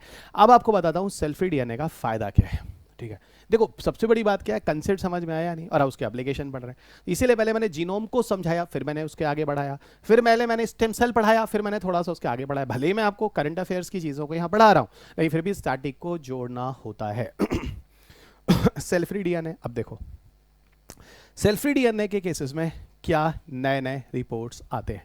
देखो इस चीज़ों को भी हम बहुत सारी बीमारियों को समझने के लिए, और इनका भी उपयोग हम बहुत सारी बीमारियों को निजात दिलाने के लिए, यानी थेरापी करने के लिए यूज़ में लाते हैं। Cell free DNA refers the DNA fragments, जो मैंने आपको पहले ही समझा दिया। एक डीएनए फ्रेगमेंट होता है जो सेल के बाहर होता है, और खासतौर से जो डिफरेंट फ्लूइड्स वगैरह होते हैं उनके अंदर वो बह रहा होता है, ठीक है। वो मरने के बाद जो सेल्स होते हैं उसके अंदर ट्रेवल हो रहे होते हैं। और इसके अंदर अगर डीएनए वगैरह है तो डीएनए क्या है, हमारा डीएनए, हमारा जीन है, हमारा जीनोम है। ये मैंने आपको पीछे जीनोम के केस में बताया था, ठीक है। चले यहाँ तक समझ में आ गया। अब इसमें है क्या पता, इससे ना इस डीएनए फ्रेगमेंट्स की मदद से ये है कंसेप्ट, किसी भी व्यक्ति के हेल्थ का स्टेटस और यहाँ तक कि कोई पोटेंशियल डिजीजेस है ना की जानकारी पता चल जाती है उस व्यक्ति के अंदर। अब बताओ कितनी इंटरेस्टिंग डिस्कवरी है, स्टडी है जो पता चला है। और ऐसा नहीं है अभी का है, इस पे न्यूज़ अगर देखो तो लास्ट 2 डिकेड से इस पे काफ़ी अच्छे लेवल पे रिसर्च चल रहा है, काम चल रहा है सेल फ्री डीएनए पर। और सेल फ्री डीएनए देखा जाए तो fragments release into the extra solar, ये ठीक है एक्स्ट्रा सोलर इन्वायरमेंट में सेल के बाहर निकल जाता है और वहाँ पर ये मूव करता है। इनको हम डिफरेंट तरह के ट्रीटमेंट्स वगैरह में, अब देखो इनको हम डिफरेंट तरह की डिजीज़ को डिटेक्ट करने में, डिफरेंट तरह की डायग्नोज को आइडेंटिफाई करने में, बीमारियों को डिफरेंट तरह के ट्रीटमेंट्स में हम सेल फ्री डीएनए का यूज़ करते हैं। एक्चुअल में आपके पीटी का तो काम हो गया, पीटी के लेवल का काम हो गया, क्या होता है उसका क्या एप्लीकेशन है बस। लेकिन एक दो चीज़ें और हैं, थोड़ा सा आपको बता देता हूँ किस किस तरह की चीज़ें हैं या किस किस तरह के ट्रीटमेंट्स हैं। एक बार देख लो, कोई बहुत ज़्यादा ऐसा है नहीं, बहुत टेक्निकल चीज़ में कि आपको बहुत ज़्यादा समझना है। सी हियर गाइस, ठीक है। Application of cell free DNA, तो एक तो क्रोमोसोमल स्क्रीनिंग हम कर सकते हैं, जिसमें अगर कोई फीटस है, कोई बच्चा है और विकसित हो रहा है तो उसके अंदर किस तरह के एबनॉर्मलिटीज़ हो सकते हैं उसकी जानकारी पता चल जाती है। मैटरनल ब्लड की मदद से, है ना, कोई जेनेटिक हेल्थ इंफॉर्मेशन अगर हमें चाहिए फीटस के बारे में तो पता चल जाता है, क्योंकि देखो एम्ब्रियोनिक कंडीशन में मैटरनल ब्लड और एम्ब्रियो का ब्लड धीरे धीरे एक दूसरे के अंदर से ही पास हो रहा होता है, ठीक है। क्योंकि शुरुआत में बच्चा अपना ब्लड तो बनाता नहीं है, तो मम्मा का ही ब्लड चल रहा होता है, ठीक है। बाद में अब उसकी अपनी क्लॉट होती है, ठीक है, उसका फॉर्मेशन होता है, उसमें कंसेप्ट भी आता है, शायद आपने आरएच फैक्टर वाला सुना होगा, पर यहाँ पे आरएच फैक्टर को लेना नहीं है। जैसे देखो कि समय पर अगर इस तरह की चीज़ों का पता चल जाए, कैंसर वैंसर के बारे में पता चल जाए, तो आसानी से हम उसका ट्रीटमेंट कर सकते हैं। जैसे जैमिनी टेस्ट है ना, utilises the CF DNA sequencing, ये कोई टेस्ट है जहाँ पर सेल फ्री डीएनए की सीक्वेंसिंग को यूज़ किया जाता है लंग कैंसर को समझने के लिए, उसकी एक्यूरेसी को समझने के लिए, किस लेवल पर लंग कैंसर का इफेक्ट जो है वो बॉडी के शरीर के अंदर है, मतलब आप मानव के शरीर के अंदर है। ऑर्गन ट्रांसप्लांटेशन को भी मॉनिटर कर सकते हैं, क्योंकि सेल फ्री डीएनए फ्लक्चुएटिंग जो होते हैं उनके लेवल के आधार पर हम ये देख सकते हैं कि ये इस ऑर्गेनिजम्स के अंदर जो ऑर्गन रिजेक्शन है, इसका ऑर्गन लेने पे वो कितना हो सकता है, इसकी जानकारी भी मिल जाती है। और अर्ली डिटेक्शन हो जाने से हमें ऑर्गन ट्रांसप्लांटेशन में हेल्प मिलती है कि इस तरह का ऑर्गन ट्रांसप्लांटेशन इस व्यक्ति के अंदर ज़्यादा अच्छा है या फिर नहीं है, तो इसके बारे में भी काफ़ी हद तक समझ विकसित हो जाती है। क्योंकि मैंने आपको बोला था जब हम किसी दूसरे का ऑर्गन लेते हैं तो ऑर्गन हमारे शरीर के अंदर रिजेक्ट करता है, क्योंकि दूसरा व्यक्ति उसका जीन दूसरा होता है। लेकिन अपने फैमिली मेम्बर या खुद अपना ही बना दे तो वहाँ पर ऑर्गन रिजेक्शन जो होते हैं वो काफ़ी हद तक ख़त्म हो जाते हैं। तो ये कुछ चीज़ें हैं जो न्यूज़ में रही हैं। अगले टॉपिक की तरफ चलते हैं जिसका नाम है एंथ्रोबॉट्स। एंथ्रोबॉट्स, अब देखो एंथ्रोबॉट्स जो न्यूज़ में रहा है ये है क्या? बायो रोबोट्स है एक तरह का, ठीक है, बायो रोबोट्स, ठीक है, एक इनोवेटिव बायो रोबोट्स है, ठीक है, एंथ्रोबॉट्स। और ये डेवलप हुआ है एक्चुअल में ह्यूमन के ट्रैकियल सेल से। ट्रैकिया भाई जो ट्रैकी है ना, जो विंड पाइप वगैरह जो कनेक्शन होता है ट्रैकी कहते हैं, वहीं से इसको डेवलप किया गया है। और एक तरह से देखा जाए तो एक सेल्फ असेंबली कैपेबिलिटी है, बायोलॉजिकल फंक्शनलिटीज़ इसके अंदर होते हैं।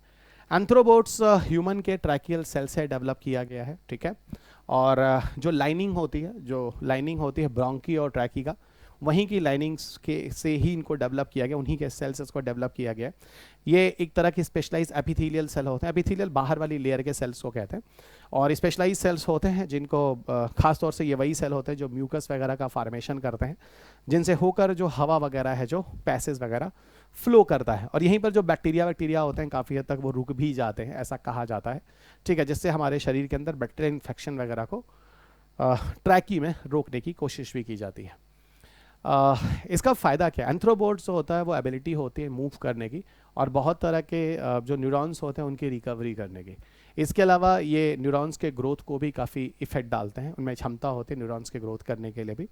और इनमें डिफरेंट तरह के एप्लीकेशंस हैं जो एंथ्रोबोट्स को लेकर जो न्यूज़ में आ रहा है कि रीजनरेटिव मेडिसिन के फॉर्म में यूज़ कर सकते हैं, यानी टिश्यूज रीजनरेटिव और रिपेयरिंग के केस में इनका उपयोग हो सकता है। इसके अलावा बहुत सारे ट्रीटमेंट्स हैं, ड्रग डिलीवरी सिस्टम है, दवाइयों को प्रभावी रूप से शरीर के अंदर किस तरह से यूज़ कर सकते हैं, इस एंथ्रोबोट्स की मदद से इसकी भी जानकारी मिल सकती है। और ये भी कहा जा रहा है कि अगर कोई घाव वगैरह है उसको तेज़ी से भरना है तो या टिश्यू रीजनरेशन वगैरह करना है, वहाँ पे भी इस तरह के एंथ्रोबोट्स की मदद ली जा सकती है। ये थोड़ा सा एंथ्रोबोट्स याद रखना, I don't think so it is very important, but कुछ न्यूज़ आए हैं करंट अफेयर्स में तो ध्यान रखना ही पड़ेगा क्योंकि आपके पास ऑप्शंस है नहीं, और वो भी सिर्फ इसी साल के लिए, इसके बाद आगे की ज़रूरत आपको है नहीं इस टॉपिक्स के लिए।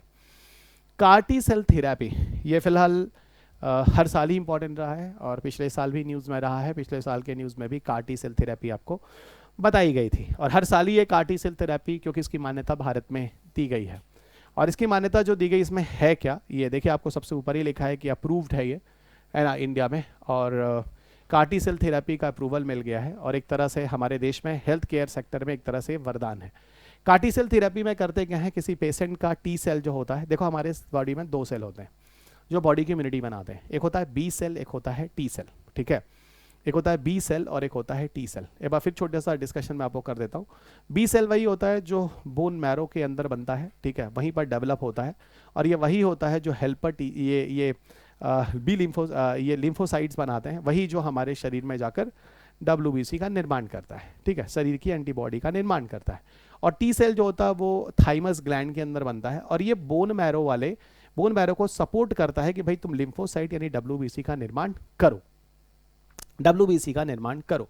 अब देखो CAR-T सेल थेरेपी होता क्या है, ये ऐसा ट्रीटमेंट है जहां patient T cells, it is a type of immune cells, ठीक है, एक इम्यून सेल है, वही टी सेल और बी सेल आपके शरीर को इम्यूनिटी देता है।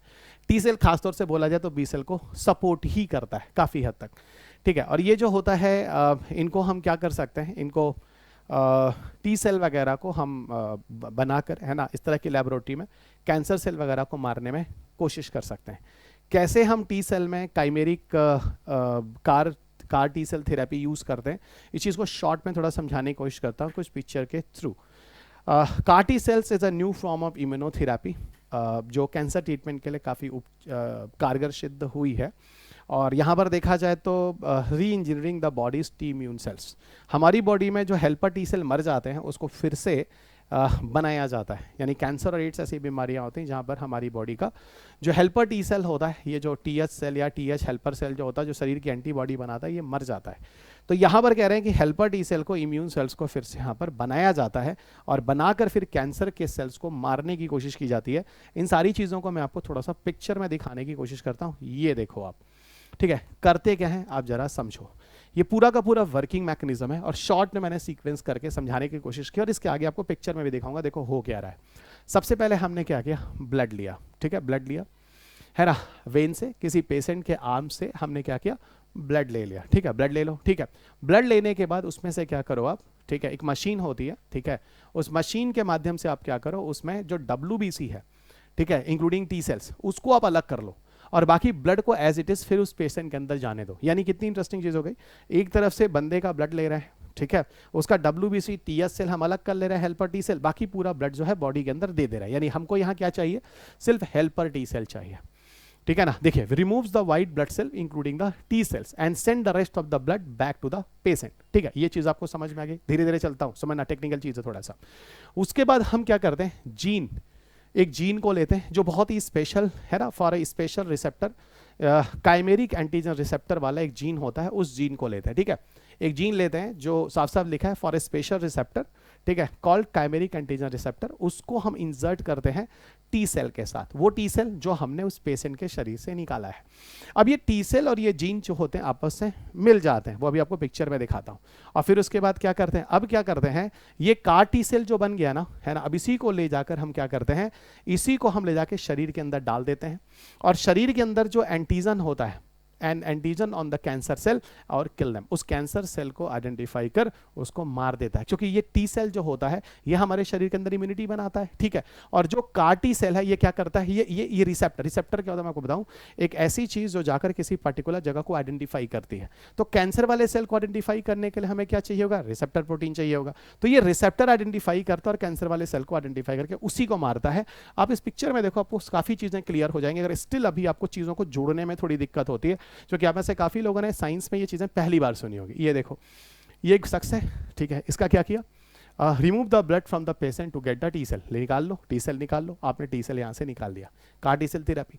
अब उस टी सेल को निकालने के बाद, है ना, ये हो गया, ये देखो, ये पर्पल कलर का जो है टी सेल है, ये देखो ये टी सेल है। इस टी सेल के अंदर हमने एक जीन को इंसर्ट किया, कामेरिक रिसेप्टर वाला, है ना, make CAR-T cell in the lab.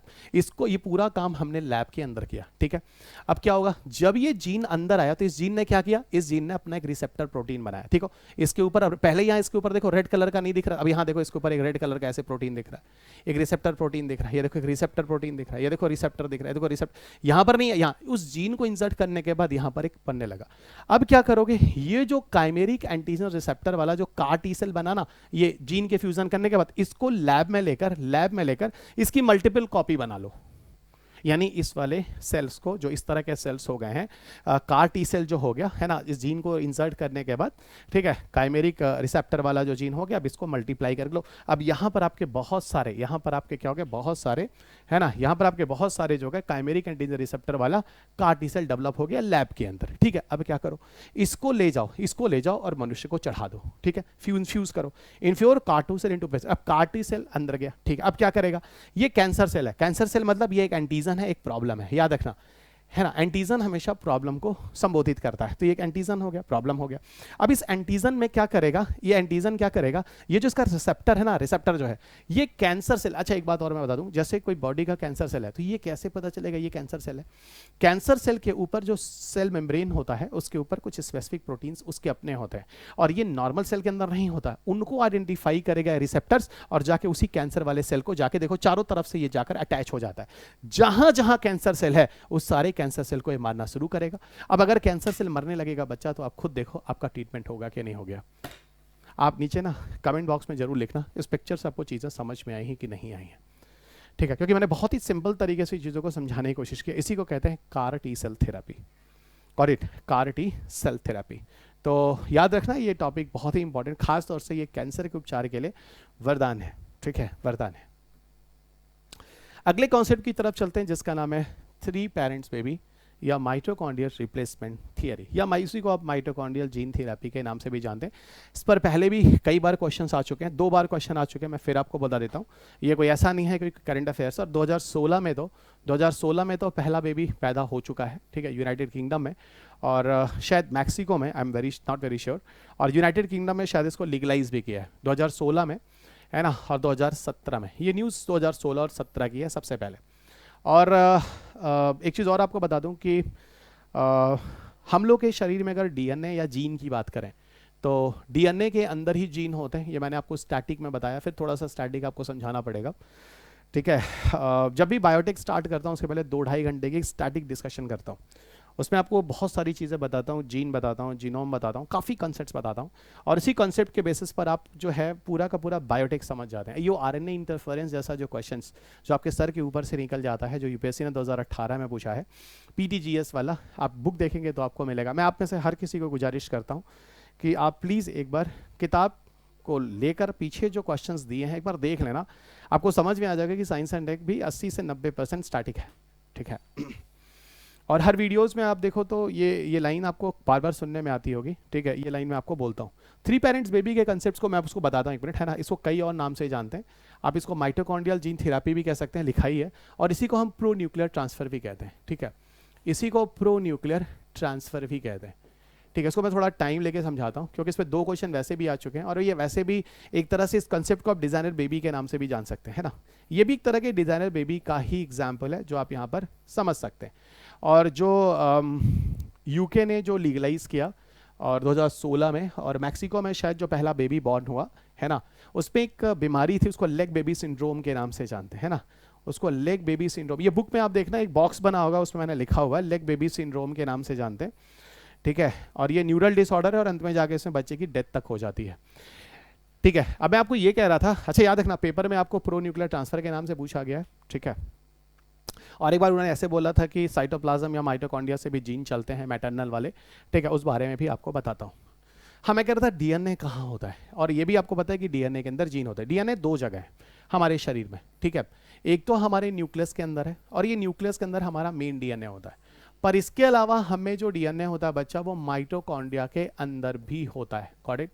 तो डीएनए या जीन हमारे शरीर में 2 जगह होते हैं, एक तो न्यूक्लियस में होते हैं और दूसरा जो होता है वो माइटोकॉन्ड्रिया के अंदर होता है। ठीक है, अब देखो, एक तो न्यूक्लियस हो गया और एक माइटोकॉन्ड्रिया के अंदर हो गया। अब देखो, अगर डीएनए जहां है, डीएनए के अंदर जीन है, तो न्यूक्लियस के अंदर जीन हुआ, ठीक है, और साथ साथ माइटोकॉन्ड्रिया के अंदर भी जीन हुआ। समझ में आ गई बात? ठीक है, इसका और एक बात और बता दूं, हमारा मेन जो जीनोम है ना वो न्यूक्लियस ही है, पर कुछ ऐसे जीन है, बहुत ही छोटे से टुकड़े, शायद 200-300 बेस पेयर सीक्वेंस होगा करीब करीब, या 300 कुछ होगा, I am not very sure, लेकिन बहुत छोटा सा टुकड़ा, कहाँ 3 बिलियन बेस पेयर और कहाँ कुछ सैकड़ों में बात कर रही हूँ, कुछ हंड्रेड्स की बात कर रहा हूँ, माइटोकॉन्ड्रिया में होता है। इसका मतलब माइटोकॉन्ड्रिया में भी कुछ जीन होते हैं, पर they are very limited gene, और माइटोकॉन्ड्रिया का ही एक जीन है जिसका एक डिफेक्ट है, जो एक बीमारी के फॉर्म में देखा गया, जिसको हमने लेग बेबी सिंड्रोम बोला, जो थेरेपी मैंने किताब में लिखी गई है, जो ट्रीटमेंट किया गया।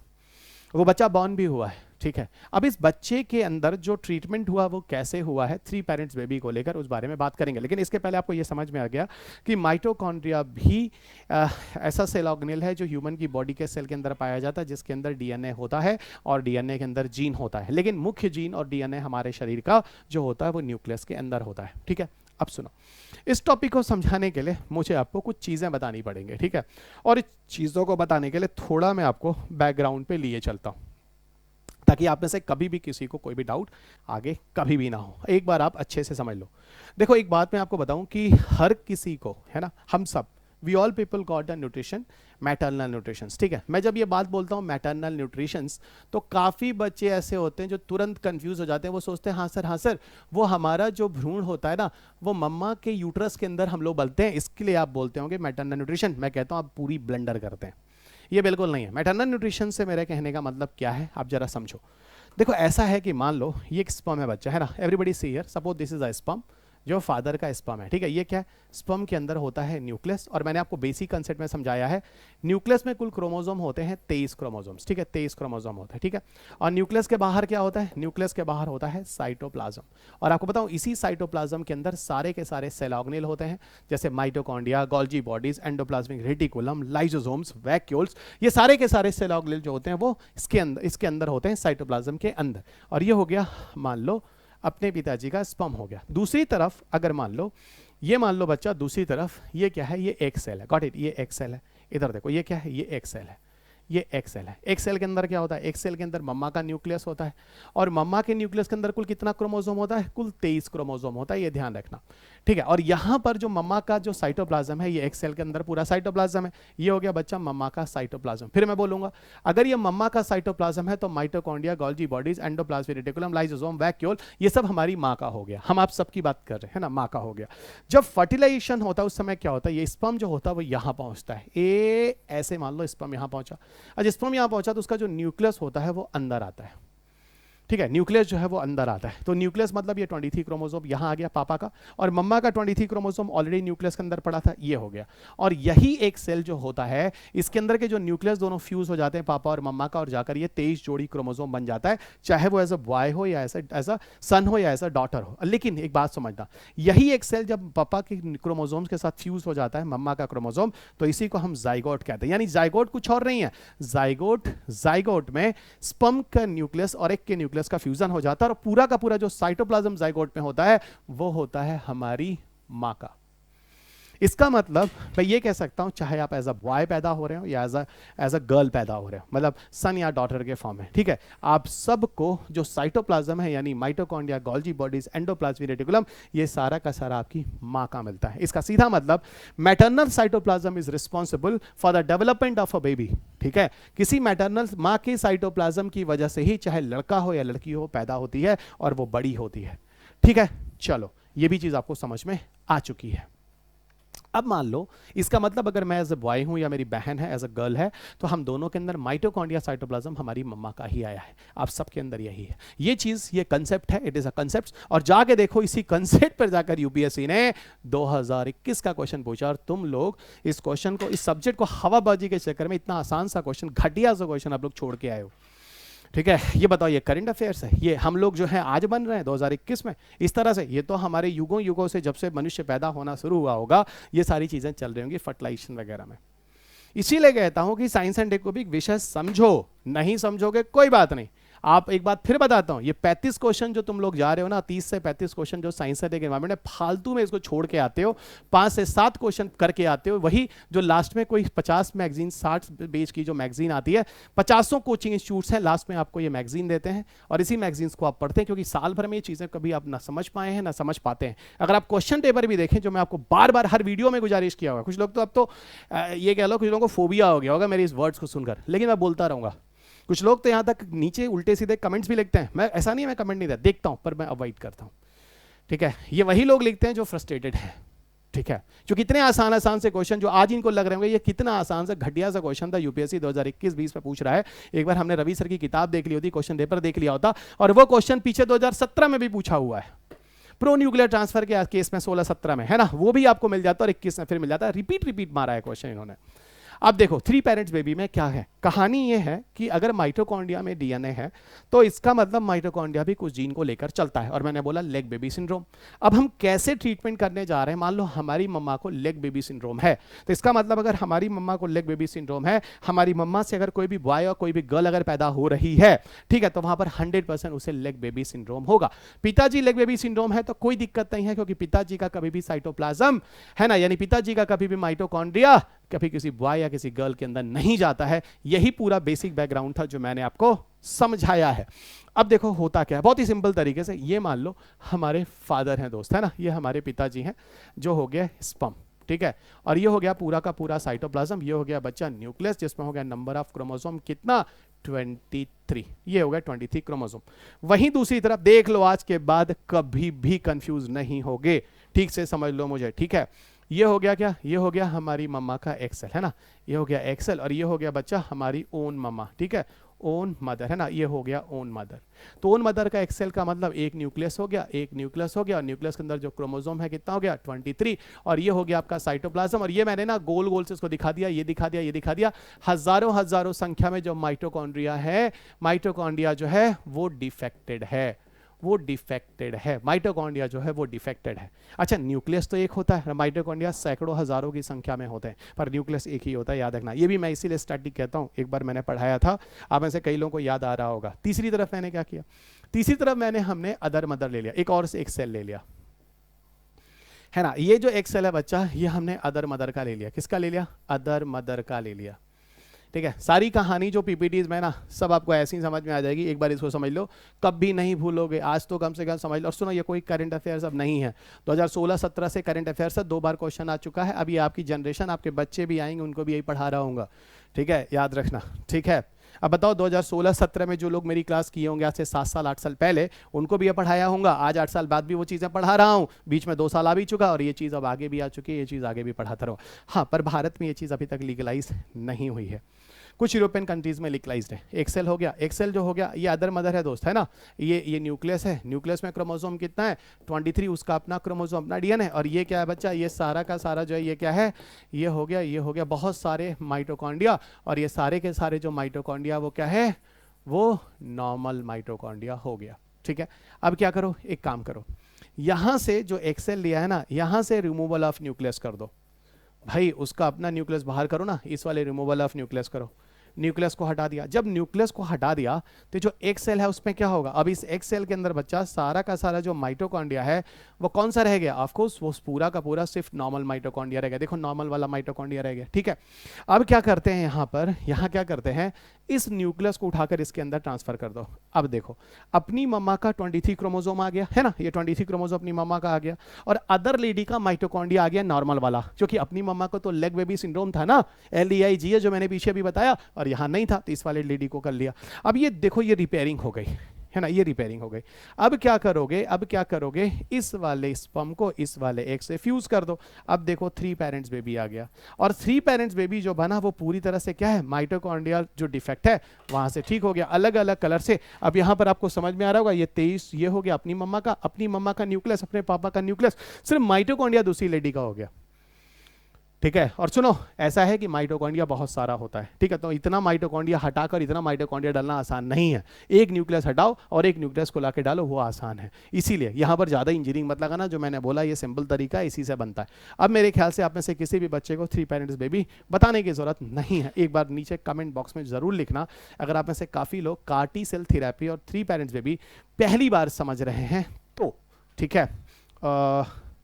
आपके हौसले तो मैं बार बार बढ़ाता हूँ, कभी हमारे भी हौसले बढ़ा दिया करो, ठीक है। पर एक चीज़ मैं आपसे ज़रूर बोलूँगा, सोशल मीडिया प्लेटफॉर्म में बहुत ज़्यादा मैं सोशल मीडिया प्लेटफॉर्म पे भरोसा भी नहीं करता, क्योंकि इंटेंशनली भी कुछ लोगों से कुछ चीज़ें लिखी जाती हैं, लिखवाई जाती हैं, उस पर हम बात नहीं करेंगे, लेकिन आपके जो फीडबैक होते हैं वो ही मेरी पॉजिटिविटी है, वही मेरी ऊर्जा है, और वही मुझे लगातार ऊर्जान्वित करती है, जिससे मैं और भी आपके लिए बेहतर तरीके से क्लास ले सकूं। और आपने ज़रूर देखा होगा जो क्लासेस मैं लेता हूं कि थोड़ा आपको भले ये डांटता दिखता हूँगा कि क्वेश्चन को समझो, ये करंट अफेयर्स नहीं है, ये स्टैटिक है, यही कहते हुए, नहीं तो बाकी मैं आपको कभी कुछ और नहीं कहता हूँ, ये आप भी जानते हैं, ठीक है। और मैं यहाँ पे न तो किसी की तारीफ़ करने आता हूँ, है ना, खासतौर से आप में से किसी की तारीफ़ नहीं करता, ये आप भी जानते हैं। और ना मैं झूठी झूठी बातें फेंकता हूँ, क्योंकि मेरे पास जो है वो प्रमाण है, वो प्रमाण है क्वेश्चन पेपर्स। ठीक है, इसीलिए मैं आपको बार बार जागरूक करता हूँ कि किताबों में लोगों ने आपको क्वेश्चन पेपर्स भी नहीं लिखे हैं, क्वेश्चन पेपर भी नहीं दिखाया है, और ये समझ में भी नहीं आता इन चैप्टर से क्वेश्चंस आए हैं। इसीलिए मैं कहता हूँ अभी भी समय है, आँख खोलो, और समय के साथ साथ जो मैं अपडेट करता हूँ हर बार वो देख लिया करो। ठीक है, अब मैं आपको लिए चलता हूँ कुछ फैक्चुअल डेटास पे, जो अब थोड़ा बात करनी ज़रूरी है। और फैक्चुअल डेटास में 3 पेरेंट्स बेबी को लेके क्या बात करनी है, मुझे लगता है आप में से किसी को कुछ ज़्यादा बताने की ज़रूरत है। तो recent announcement babies birth in the UK, ये रिसेंट नहीं है, ये 2016 की बात है। DNA from the 3 parents baby को लिया गया, बहुत बढ़िया है, एक तरह से रिमार्केबल माइलस्टोन था, बहुत बढ़िया। मेरे बच्चे तुम जो लिख रहे हो उससे ज़्यादा जानते हैं, बहुत बढ़िया। माइटोकॉन्ड्रिया का थोड़ा सा फंक्शन है, ठीक है भाई, ये सेल ऑर्गेनेल होता है जिसमें सेल के बाहर मेम्ब्रेन पाया जाता है। यूकैरियोटिक ऑर्गेनिज्म में पाए जाते हैं, यूकैरियोटिक ऑर्गेनिज्म में पौधे आते हैं और जंतु आते हैं, प्लांट और एनिमल आते हैं, बहुत बढ़िया। इसको पावर हाउस ऑफ सेल कहते हैं, इसी की वजह से हमारी बॉडी के सेल के अंदर ऊर्जा होती है। ओके, एनर्जी प्रोडक्शन करता है, बहुत सही। एनर्जी एटीपी के फॉर्म में बनाता है, बहुत सही। ये मेटाबॉलिज्म हमारे शरीर के अंदर जो खाना पीना खाते हैं, कार्बोहाइड्रेट, फैट वगैरह, उन्हीं को तोड़ता है, एनर्जी के फॉर्म में बनाता है। और साथ साथ ये सेल सिग्नलिंग पाथवे भी जनरेट करता है, यानी सेल्स के जो मैसेंजर की तरह काम करता है, उनके काम किस तरह से प्रोटीन को करना है उसके लिए भी ये रिस्पॉन्सिबल होता है। माइटोकॉन्ड्रिया में भी डीएनए पाए जाते हैं, इस बारे में मैंने आपको बता दिया। और माइटोकॉन्ड्रिया का जो डीएनए होता है वो मैटरनल होता है, मम्मा से ही हमारे शरीर के अंदर जाता है। और अगर मान लो मम्मा का माइटोकॉन्ड्रियल डीएनए में कोई म्यूटेशन है या डिफेक्ट है, तो हम चाहे बॉय हो या हम गर्ल हो, हम सबको वो हेल्थ इशू आता है। ये सारी चीज़ें आपको बता चुका हूँ, इस पीपीटी को आपको लेना ही लेना है, मैंने आपको पहले ही बोल दिया है। आप लेंगे और इनसे अच्छी तरह समझेंगे। शॉर्ट में करता हूँ, पर्पस क्या है कि ठीक है कि अगर कोई माइटोकॉन्ड्रियल डिजीज़ है तो उसको ठीक कर दिया जाए। ठीक है, माइटोकॉन्ड्रियल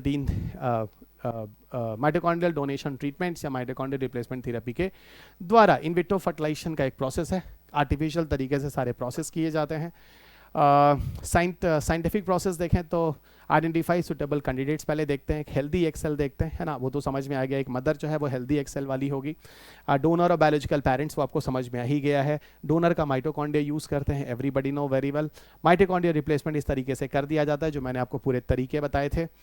ओके, कुछ भी बात करने की ज़रूरत नहीं, एक छोटा सा फोटोग्राफ है जो मैं आपके लिए लाया हूँ, it's available everywhere guys, net पे भी मिल जाएगा आपको। मदर का एग है, उसके न्यूक्लियस को यूज़ किया, डोनर का न्यूक्लियस बाहर निकाल दिया। हेल्दी माइटोकॉन्ड्रिया एक नहीं होता, बहुत सारे होते हैं, उसको यूज़ किया।